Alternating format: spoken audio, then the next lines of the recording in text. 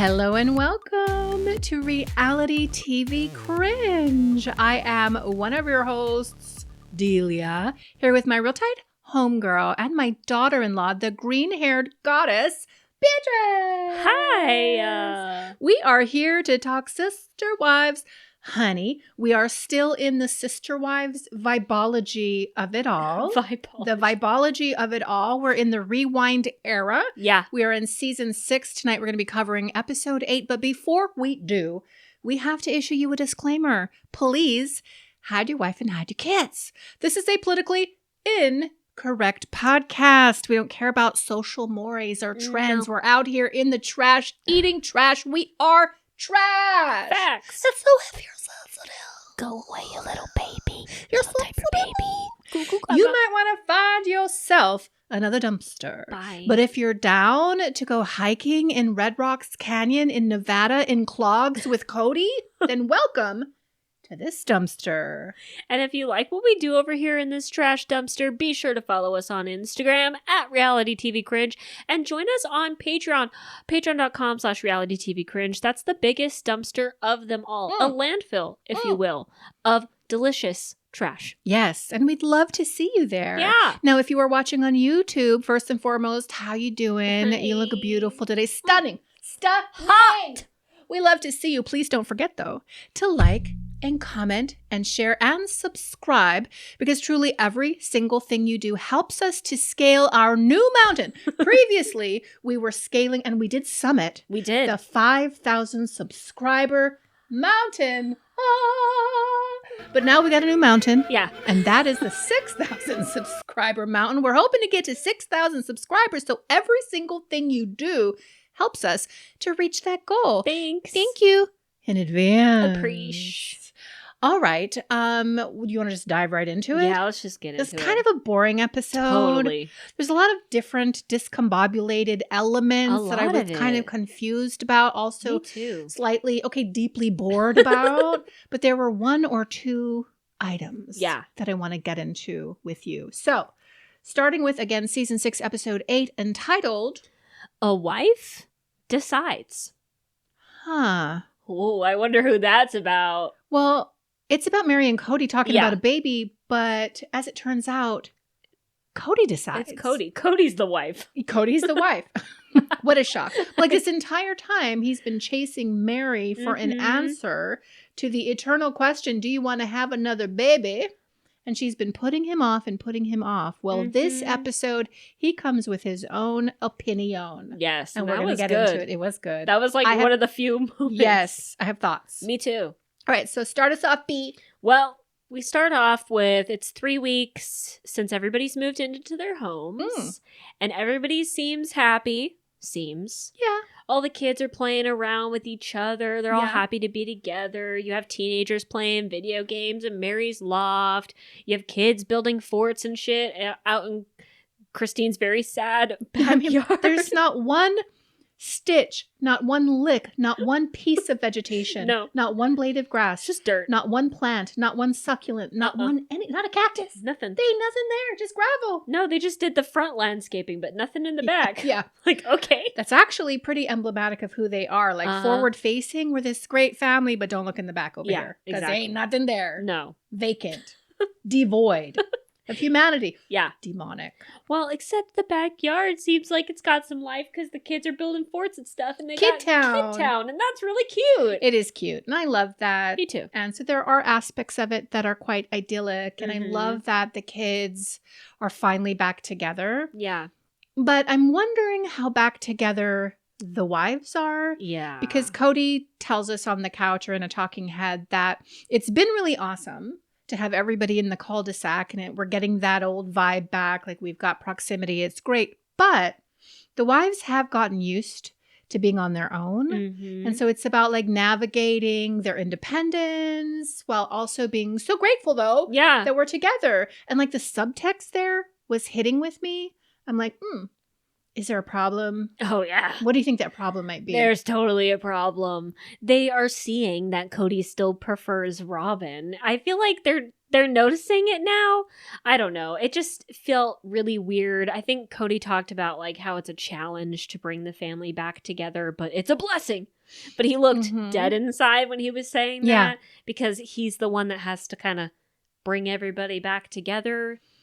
Right. But I don't know. I think previous to this, when they were in the rentals, the women were able to kind of delude themselves into just believing that Cody was spreading out his time equally among the wives, but they didn't see it. Yeah. It wasn't right in front of them. It's not like Lehigh when he knows he's leaving my basement and he's going over to Janelle's side. Yeah. Like they know where he is in the house. Now they're back in a cul-de-sac. And so they're going to know where he is in the cul-de-sac. And if he has already started to favor and prefer Robin, they're going to be looking out that window, honey. And they're going to see him doing that. And that's it's going to breed disconnect. But I also think my vibe was that Robin is starting to get a little territorial. Ooh. Again, this is the first time she's ever owned a house baby. And so she's got her own rules around that. I'm wondering if now is the time that we're going to start policing the refrigerator. Kids can't just walk up in my house and take all my food, even though I'm your mom. I promise I'm your mom. Right. And also you better knock, though, before you come into this house. You better take off your shoes and don't bring your dirty, grubby feet into my house. I own this. It belongs to me. I mean, I might be extrapolating a little bit too much out of it, but that was what I was getting. And that's what I think Cody's trying to navigate a little bit. I mean, I could kind of see it because if you noticed, we only had footage of the kids being at all of the other 3 houses, not at Robin's. No. Well, Logan was at Robin's helping to load up her refrigerator. Of course. She has Logan carrying in the groceries. Yeah. Be my servant, Logan. Yes. That's all she wants them for. Well, I also think, and this is going to be terrible. Oh my God. But I feel like because Logan's in college and she's in her early 30s, I just wonder whether she looks at his muscles a little bit. And that, I think I wonder if she thinks maybe, I don't know. Stop. Well, she's devoid of all morals. Why not? Oh my I just God. wonder if like she's crushing well, on she's Logan. always like sitting next to Logan during the family meetings. And I'm just wondering if maybe deep down there's a little something there with Robin. A little lightning bolt down there? Just a little bit? Just a baby lightning bolt. A baby Mormon lightning bolt. Got her breakdancing in the middle of the night, honey. Stop Thinking it. about Logan over there at the university. Oh my God. Breakdancing on Cody. Oh. In the middle of the night. Oh, Lord. We're getting so inappropriate. I know. Well, we warned you. But does anybody else have that vibe? I kind of have that vibe. God. The way that she looks at Logan sometimes, always sits right next to him, has him with his little tank top and big old muscles. You are reading too much smut. I don't think so. I bet there's a lot of raccoons out there who is sniffing that out too. Oh my God. I didn't even pick up on that. So now I'm going to have to watch. You got to watch. With my monocle. You got to watch. And see that. That's disgusting. Yeah. But I could see it.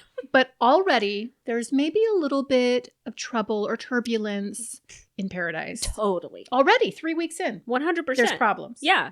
Because like you had said, they're all forward facing. Look at the appearance on the outside. We're totally fine. But deep down, that backyard's ugly. That backyard's messy. Yep. And there's shit hidden there. And then we have Cody meeting with new manufacturers from my sister wife's closet.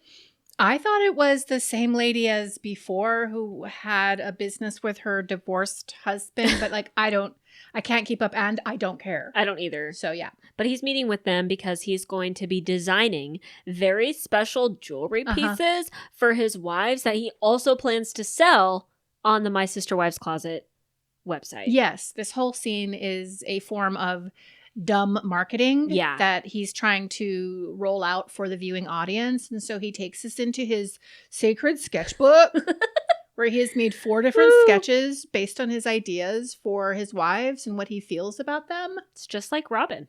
Yeah. Them drawing in their little sketchbook. Yeah. I got to go to Starbucks and I got to get my sketchbook because I'm getting inspired by God. I need to get my latte. I need to let it out. I need to channel it. And these are so bad. These are the ugliest designs I've ever seen in my entire life. The ugliest necklaces. You should put the photos in here for people to see. But we start with Robin. And Cody's bright idea is that she's a bird. Specifically, a phoenix rising, because that's what Robin called herself after her divorce. She rose from the ashes of divorce into this beautiful phoenix. So that's what he's designing for Robin. Right. And it's really ugly with this chicken head ugly. at the top of a heart on fire. But then you look at the picture and I'm like, what's going on? These flames are absolutely terrible. They're awful. Who out there is watching this and buying this particular piece of jewelry? I do not understand. And I wonder how much they're selling this for at this time, because if they're selling it for their regular prices of like $100, $150, $200 a pop, like absolutely no way. No way. And then we get to Meri's necklace. Girl. So Cody is starting to talk about his concepts about it. And he's really just tapping into the energy of Meri. And the closest approximation to describe Meri is a dog. Yeah, to represent loyalty. Loyal like a dog. I actually think he came into this design meeting thinking like he could maybe design a golden retriever with like the word Meri underneath it, the head of a golden retriever, and it'd be perfect. Stop it. Well, these manufacturers are like, Cody. You can't fucking do that, dude. You can't design a piece for your wife that represents her and have it be a dog. Like, no woman wants to receive that. Are you this dumb? Do we really need to sit here on camera and tell you this? Yes. The answer is yes. And so he settles on a heart with a crown on top of it. And then the word Fidelis over it. Like one of those like cringy like sailor mom tattoos, you know? It actually was kind of masculine to me. A little bit. I kind of liken Fidelis to Semper Fi. I don't know. It just makes me think of kind of a masculine design. Yeah. But maybe that's how he views her. I don't know. Ew. But I felt bad for her. I did The way he described it, knowing she's going to watch it back someday. Could you imagine if your husband said some crap like that on TV about you? No. My wife's loyal like a dog. So I was thinking maybe a dog. Maybe her design could be a dog. I can't. No.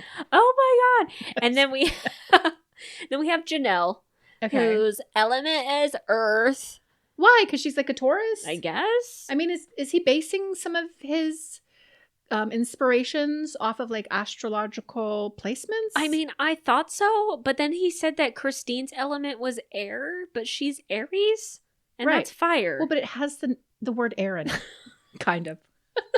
Maybe that's what he was going off He's so dumb. Oh my God, embarrassing. Yes. But we have Janelle, she's earth, so he picked a tree. So boring. And you're going to be looking at the picture right here. It's so bad. Very unimpressive. No color. Nothing interesting. I guess like the little hearts for branches, but it's like so pedestrian. It is so bad. It's so jewelry design 101. And this was the necklace that Janelle left behind as a symbol of their relationship in that pod or whatever in the middle of the Arizona desert on her way to North Carolina. And she was like, this meant so much to me. It was a symbol of our relationship. And I'm like, this? This ugly tree? Okay. Okay. And then we have Christine's necklace. Okay. And because she's air, what represents air? Fairies. Because also air in the word fairies. I mean, he's so dumb.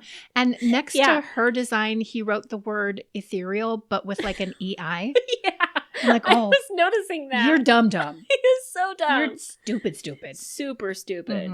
But he designed some fairy and a heart or whatever. It looks awful. And I remember, I can't remember if it's the next episode or the one after or whatever, when he finally gifts the necklaces to everybody.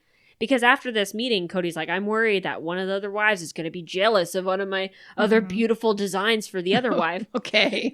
And he gives Christine her necklace and she's like, oh, thanks. I hate it. Like, really? She literally hates it. Oh my gosh. Yeah. And they have a whole discussion about it on the couch and everything. Okay. I can't wait to get to it. Yeah. I mean, he's thinking fairy because, again, air, I guess, but also because fairies have that darker shadow side. And he's like, sometimes fairies will bite you. Yeah. Which is what I think he's really wanting to shine a light on. And the manufacturer's like, oh, so she's a little bit mischievous. And he's like, yeah, that's what it is. Totally. Yeah. But also she bites me all the time. She's constantly coming for this neck right here. Yeah. Well, honestly, Cody, you deserve it. Yeah, he does deserve it. And then we go to a store named Guilt. Oh, yeah. In some rundown Vegas casino. The Silverton Casino in Nevada. Now, before we get there, we have Meri telling us to the camera that they've had some customer feedback from their various expos and website chronicles. Yeah. And the feedback has told them that their jewelry, their junk jewelry, is ugly. Is way too expensive. And so they're looking for some cheaper pieces. Yeah. And so what the Browns are about to do is roll out an exclusive wholesale jewelry line that they know is just going to kill it. Oh, totally. And to validate this casino, the Silverton Casino in Mall or whatever, has reached out and said, we would like to exclusively carry your wholesale junk Mormon jewelry. And they're so excited. And Robin's just like, oh my God, this is the validation that I need, that this is such a good idea. Totally. And it can absolutely save our family. Totally. So they go on over to the casino. Yeah.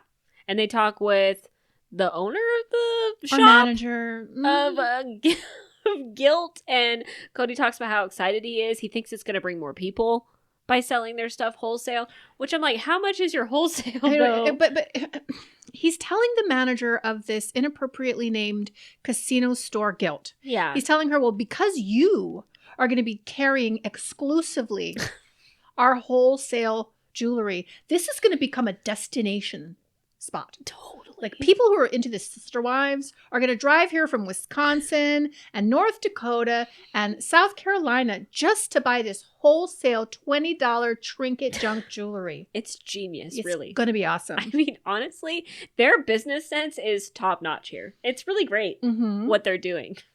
Well, and you have the manufacturer saying to the camera that there have been other casinos specifically that were somewhat interested in carrying the line, but then it gets kind of kicked up the corporate ladder and somebody at the top puts the kibosh on it because we don't want to offend people. Yeah, I'm sure that's why. And the lady's like, it's a casino. It's in Las Vegas, Nevada. Like, what are you worried about? They're not worried, honey. No. It's crap. Yeah. That's why they don't want to sell it at their casino. It's trash. They don't want to sell it at all because it's ugly. Just be honest. Not because you're polygamists. Oh my God. I'm so tired of that already in these rewind episodes. Like, I know that we're going back in time and this was a big deal back then, but like. A really big deal. Oh my God. I just can't stand listening to it. It's like, oh my God, they hate us because we're different. They could carry our jewelry at their various and sundry casinos and they'd make a whole lot of money, but because we're polygamous, they won't do it. Right. And so we're eternally oppressed. No, it's because it sucks. It's so ugly. And Robin even says on the couch, like, if this doesn't work, then we're going to have to go back to the drawing board and figure out, like, what are we missing here? Yeah. And maybe come up with something new. And to my understanding, it's not going to work. No. Do they ever go back to the drawing board and change up their game plan? I don't think so. I don't think so at all. I don't even know if Janelle even does her plus size Mormon holy line. I would love to see it. I would love to, too. Did anybody ever buy it? I don't know. Would you like to model it for us? Would you like to send us the picture so we could feature it right here? That'd be great. I would love that. I would love that, too. But Janelle also on the couch is like, yeah, I'm going to do my own thing for right now. Yeah. I'm going to focus on my real estate. And I'm just going to do that. And maybe I'll come back to my sister wives closet or maybe not. And you can see Robin getting pissed off by that. She kind of rolls her eyes a little bit when Janelle says that. She's mad. She is totally mad. Well, but Janelle, you're either in or you're out. I mean, right. And you have told her you were going to participate. Yeah. And then you're like, yeah, I'm not into it. I have to feed my kids as it turns out. And now you're like, maybe I'll do the books or whatever. Yeah. But she just doesn't believe in the concept. And you can't blame her. But you would love to hear her say it, though. Of course. Janelle's kind of a pushover a little bit. Like, Cody will say something to her. He'll sweet talk her. He'll give her that sweet, sweet pencil. And then she'll be like, oh my God, yeah, I had an epiphany. Like, I'll be involved. And then it'll wear off. And then she'll be like, this is so stupid, though. Yeah. And she'll go back to her regular thing. But yeah, they're going to sell stuff at Guilt. Cody puts on an apron and talks about how masculine he is. Which is so bizarre. And the entire store identity was strange to me. I felt like it was a little bit hypocritical of Robin and Christine. And Christine does talk about like how she had like some hesitation because the store is called Guilt and they have like this religious business. They are religious people. So why would they want to align their brand with a store called Guilt? Right. But once they get in there, Robin is so taken aback by the offerings. Oh my God, I would put all of this stuff in my house. Yeah. I'm like, yeah, that's because it looks like it's a Cracker Barrel. Seriously. With these frilly aprons and word art. Yep. And the mermaids out in the lobby. Oh my God, scandal. Oh my God. Christine was scandalized by a little bit by the mermaids. A little bit. She's like, well, they're scantily clad, but at the same time, they're mermaids. Aren't they supposed to be? Yeah, they're in the water, so it's fine. But if I'm out at a restaurant and one of the waitresses is scantily clad, I definitely don't like that. I'm just like this conversation about purity, modesty. Yep. But then at the same time, you're in a casino. Yeah. And I think gambling goes against the tenet of your religion. It definitely tenets of your religion. But you're in a casino at a store called guilt. Yeah. Make it make sense. It doesn't make any sense. Make it make sense. And I think even Gina, the manufacturer, says, like, they'll fail if they remain too conservative. And they do. Yeah. Spoiler alert. I don't know if they fail because they're too conservative. No, yeah. I think they fail because they suck. Yeah. And they're dumb. Exactly. That's my theory. My working theory. That's what I'm workshopping right now. I agree. And then we have Janelle going to the gym again to get weighed and talk about how the scale's not moving again. And she gets yelled at by her personal trainer. And it's such a mystery. How could it be? Why is the scale not moving? Can we just talk about that? Like, in science-y types of ways? Sure. I get it. Okay, like, I'm rocking a tubbo body and everything. Okay, I'm a marsupial with my marsupial pouch, my baby Joey. I'm rocking my baby Joey over here. However, like, it's calories in, calories out. I get it. There's some things that, like, you know, will make it harder. Like, if you got PCOS, you got thyroid issues. Sure. Absolutely. But it doesn't mean you can't lose weight. Yeah. And the fact that Janelle, based on what she's saying in this episode, has been working her ass off, and she does look like she's losing weight. She's lost 10 inches off her waist. She looks good. Yeah. But the fact that she has been working out as hard as she is, and the scale is not moving, means that our girl is a secret eater. Totally. Have you ever seen that show? Of course I have. The BBC. Are you Secret kidding me? Eaters? Of course I have. I don't know what I could be doing wrong. I barely eat anything, I promise. Then they put a private investigator on their tail and watch them go to the buffet and eat like 10,000 calories in one sitting. Like, I think Janelle is a secret eater. Totally. So she gets on that scale. Yep. And it hasn't moved, not a bit. And she's disillusioned. Yeah. I mean, granted, she's lost like 30-something pounds, which is good. And she has lost inches off her waist, which her trainer keeps trying to point out to her. Because I guess since the last weigh-in, she lost another 2 inches, which is good. And we see a flashback of her at some point, and she does look smaller. Very much so. And so, like, she is doing the work, but not doing She's all doing of it. some of the work. Exactly. I'm just wondering how much she's changing her diet. She's not. And, you know, what they say is that, like, the diet is actually, like, 90% of it. Exercise is awesome, but, like, it's really what you're putting into your body. Yep. And so at some point, after they weigh in and the scale hasn't moved, they go to consult this nutritionist/dietitian called the Kettlebell Bombshell. Yeah. Who is also stupid and dumb. Who's Totally. like, well, we really just want to make sure that you're getting nutrition. Have you heard of it? Yeah. Like, the food that you eat is, like, denser or something. Yeah, totally. Like, is it dense, though? Yeah. Do you know what that means? I'm just like, oh, my God.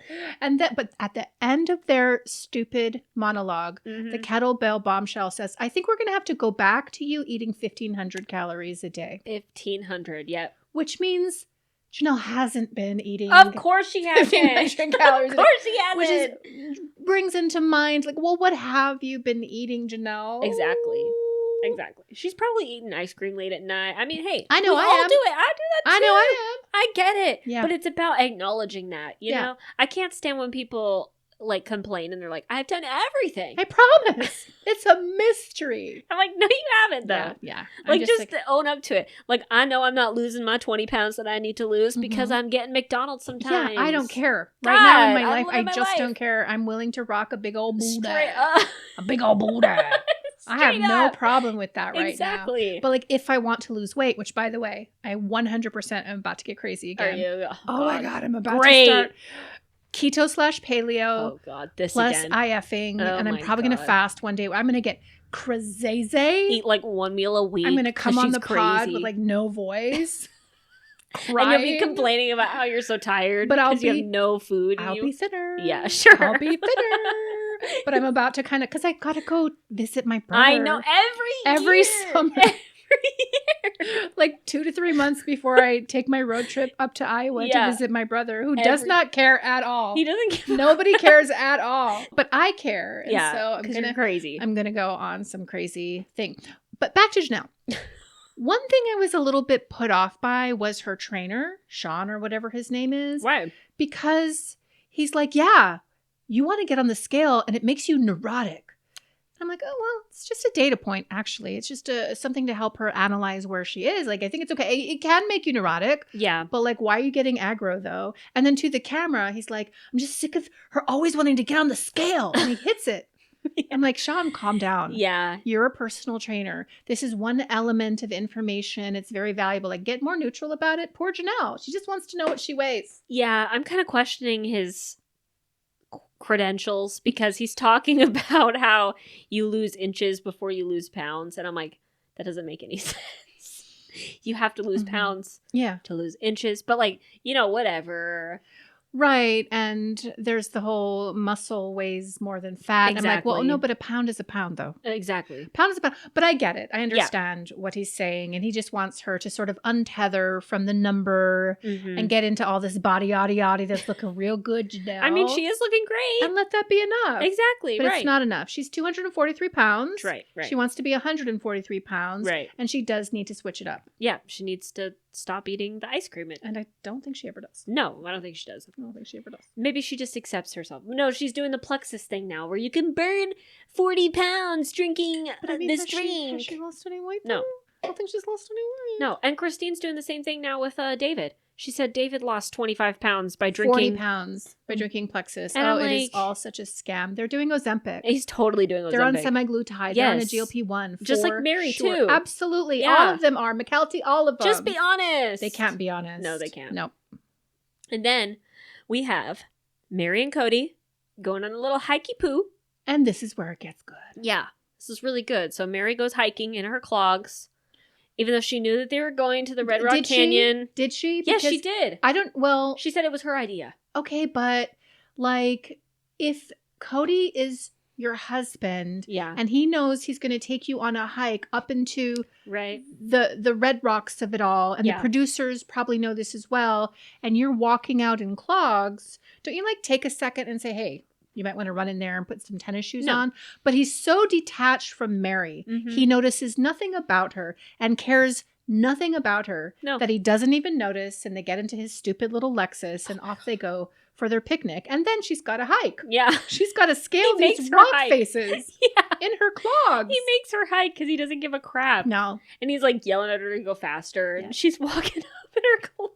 Right. And I was like looking at her shoes. And they're not even like the clogs that go all the way over your feet. They're slip-ons. And I'm like, oh my God, what are we doing? Yeah. But then they get to their hiking spot. They put down a blanket. It's real romantic. And they have a little picnic. Is it? And they're going to have a talk about having a baby because Meri's made a decision apparently.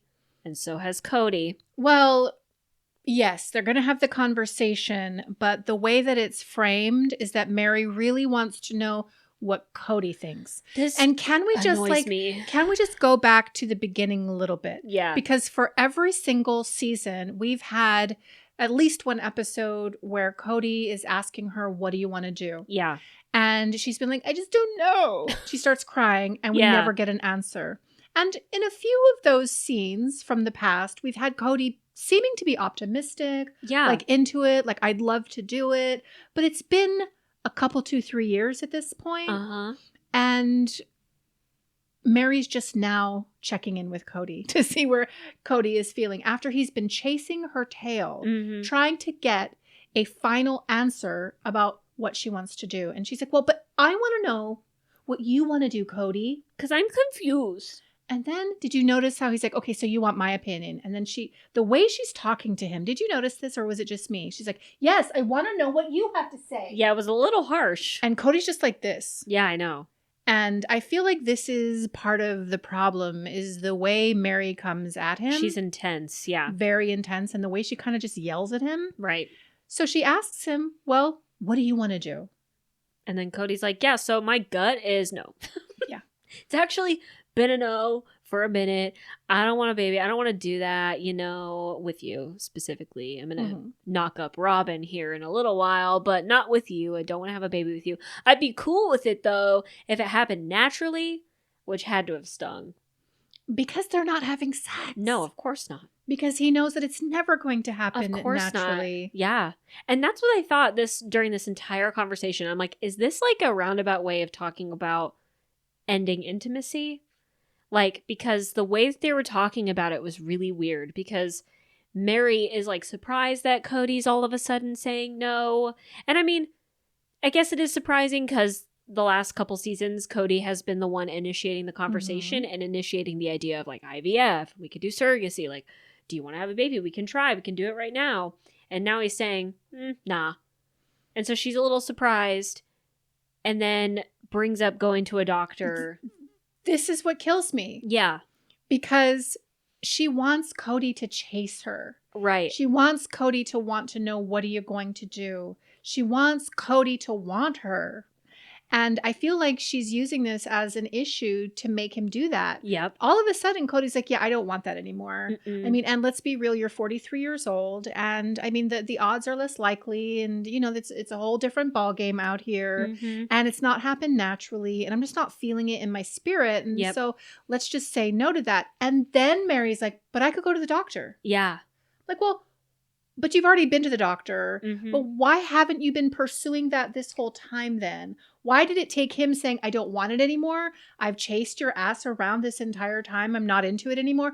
For you to say, but I could still go to the doctor. Right. That was so stupid to me, because she brings that up and then Cody's like, well, yeah, you could, but like ask them what? And she's like, well, I don't know. I'd have to talk to the doctor. It's like, if this was actually something you wanted, you would have figured out all of that information already, and you haven't. So you're totally right. She totally does want Cody to keep chasing her. And this is the only thing that she really has tying to Cody, because she's the infertile wife. She doesn't have all of the other kids. And I'm not trying to shit on Meri here, but like, that's what she values her worth on. She even talks about that. She does. I think it's when she gets to Robin and she tells Robin about their decision, which was very weird to me, but whatever. And she's like, I don't know what value I will bring to the family now that I won't have a baby. And then she talks about how her and Cody are on a different level than the other wives. How she's on a different level. She didn't say Cody. She said her. I'm on a different level because I don't have young children. Well, she said their relationship's different. She said that, and then I'm on a different level because I'm going to be an empty nester. And she thought about being an empty nester with Cody. She always envisioned that she would do it with Cody, but now she's at that point in her life and she's alone. She doesn't have anybody.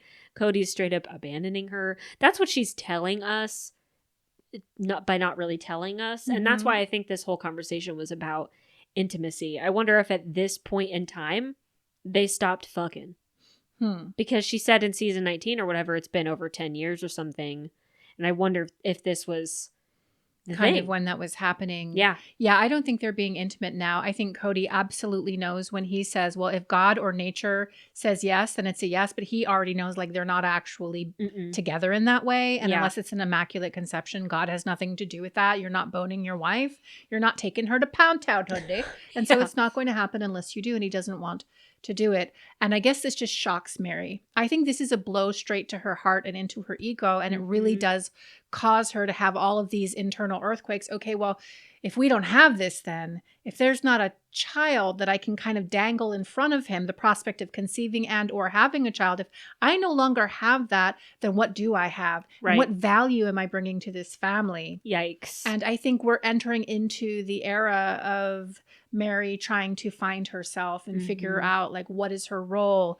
Again, where is her value? And also, what does she want? And of course, this is going to lead us down the catfish journey. Exactly. Which I can't wait to get to. It sounds really juicy. But I felt bad for Meri. I just wish she had opened her adult big-aged mouth and communicated like a long time ago. Yes. And if this is something you were truly thinking about, why haven't you been consulting with doctors and fertility specialists and really understanding what it's about? And I thought you already did that. I thought you had the information you needed. Right. Like, why do you need to go back to doctors unless you want to keep just dangling that carrot? I'm like, that must be what it is, because I was actually getting frustrated with Meri. Like, I was trying to like have compassion for her because it's sad that she thinks that her only worth in the family is being a fertile myrtle and having all of these kids. Like, that's sad. She's worth more than that, of course. But I was getting so annoyed with her just going back and forth on this thing, because I'm just thinking, like, you could have taken up Robin's offer of surrogacy when she popped out Solomon. Like, she was willing to do that for you. And I know it probably would have been a weird dynamic, but like, if you truly did want another kid and you wanted to raise kids with Robin, why didn't you take her up on that offer? Why did it take you freaking 4 years to do that? Well, it's also valid if you don't know. That's okay as well. Yeah. But like, don't be shocked then when he's like, I'm 43. Right. And it's not in the cards for you and me anymore. Maybe for me and my younger wife or whatever, but like, I'm not into it anymore. Like, he's got an opinion as well. And I just feel like that was what surprised her. She thought she could keep him on the hook indefinitely. And if it were me and I'm Meri and I'm in this family structure, in this dynamic, I'm like going to have this conversation with my husband, and I'm going to be like, okay, well, if we don't have a child together, we've got Leon moving out of the house,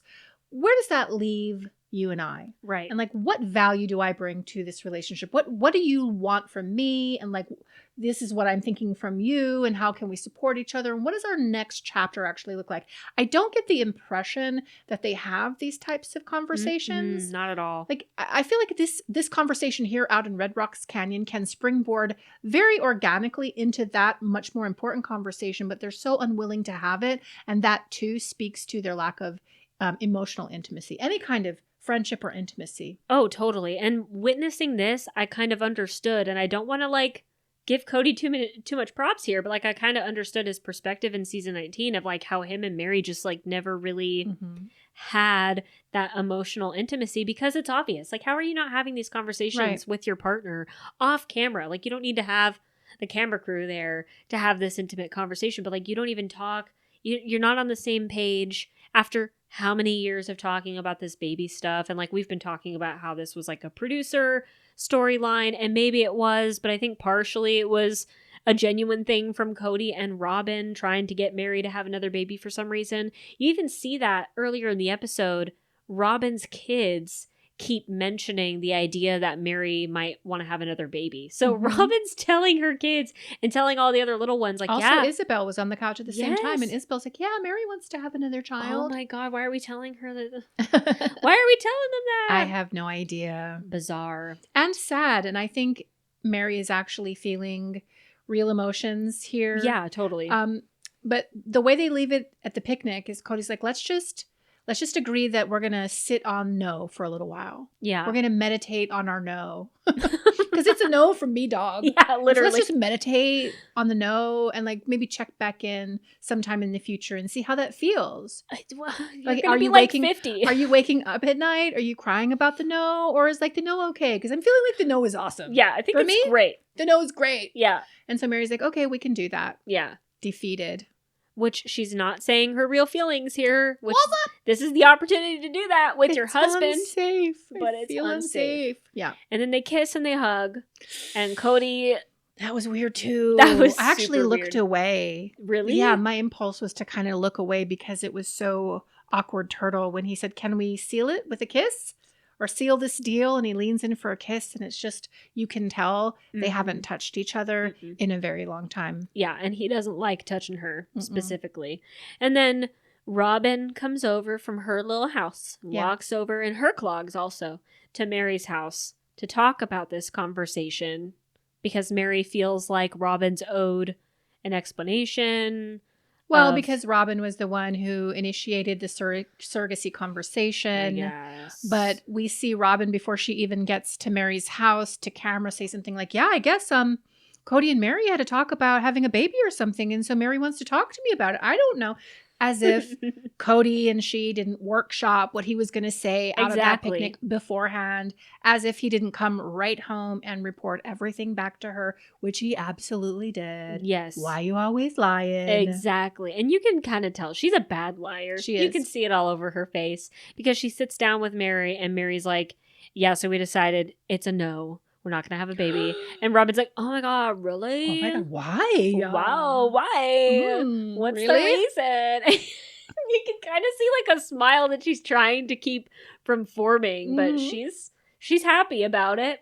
And then Meri cries because she confesses to Robin that actually she wanted to try to have a baby. That was why she wanted to talk to Cody on the Red Rocks. And I'm just like, why didn't you say that with your big girl mouth? Seasons 1 through 5, you could have been saying My that. God. You could have said that last episode when we're digging with a shovel in our Las Vegas backyard when he asked you again, and you put him off then. It's so stupid. It is so it's so dumb, and she cries about it. And I'm just like so annoyed with Meri. I'm like, how old are you? And you can't just say how you really feel.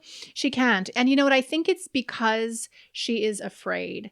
I think if she asks clarifying questions from Cody, like, well, where do I fit in now? What's going to happen with you and I think she's afraid of his actual answer because, again, by this point, her ring was already melted down. He's already said, I'm doing this so that you can't control me. There's already been some huge issues in their relationship. And she is afraid of him saying, well, I don't want to be with you anymore. So she doesn't ask the questions. She doesn't initiate conversations out of fear. But she's going to be able to have this conversation with Robin, who can hold some space for her. Fake space For her. And she says something like, well, I just didn't know if maybe I wanted to have a baby to replace Leon. I was kind of checking my inner motivations around that, but it doesn't matter now because it's a no. It's a no, and I'm sitting on the no. I'm meditating on the no. Yeah. Knowing, I think she knows deep down what that really means, which is that Cody's never going to touch her ever again. Yeah. Like, seriously, that's what I think.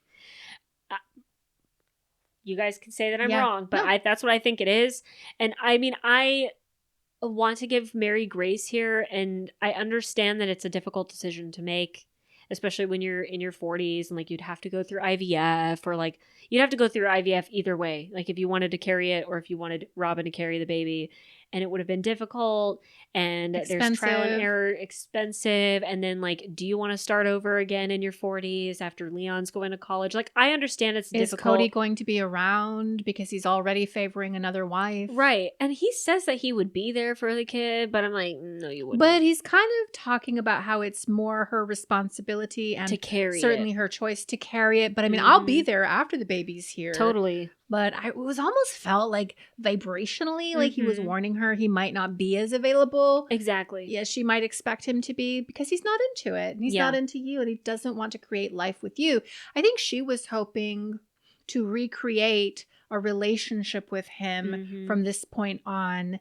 And now she's going to have to figure out what she's going to do. And it feels to me like Cody has repeatedly done this to her. Like, by Christmas 2013, you're going to need to tell me whether you want to have a child or not. And then we can start a relationship anew. And then we're going to get to, like, later in Vegas, well, if you come to Flagstaff with us and give us all your money so we can buy Robin her McMansion, then we can start this relationship anew. And or here's a list of all the things I need you to do. And if you can do that, then we can start this relationship anew. And I'm wondering if what we're seeing with them out on the rocks, like this is just another version of that. Like, let's sit on the no. I'm letting you down. I don't want to be with you, but we'll come back later and maybe we can start this relationship anew. That's probably what it is. And that's a totally manipulative tactic and like such a narcissistic thing because, you know, Meri's trying to dangle her carrot in front of Cody, but really he's dangling his carrot in front of her. Like, come over here. Like, no, I'm not leaving completely. I'm just never going to touch you ever again. And I'm not going to value you the same way that I value my other wives, especially Robin. But like, maybe there will be a chance sometime in the distant future for something new. Who knows?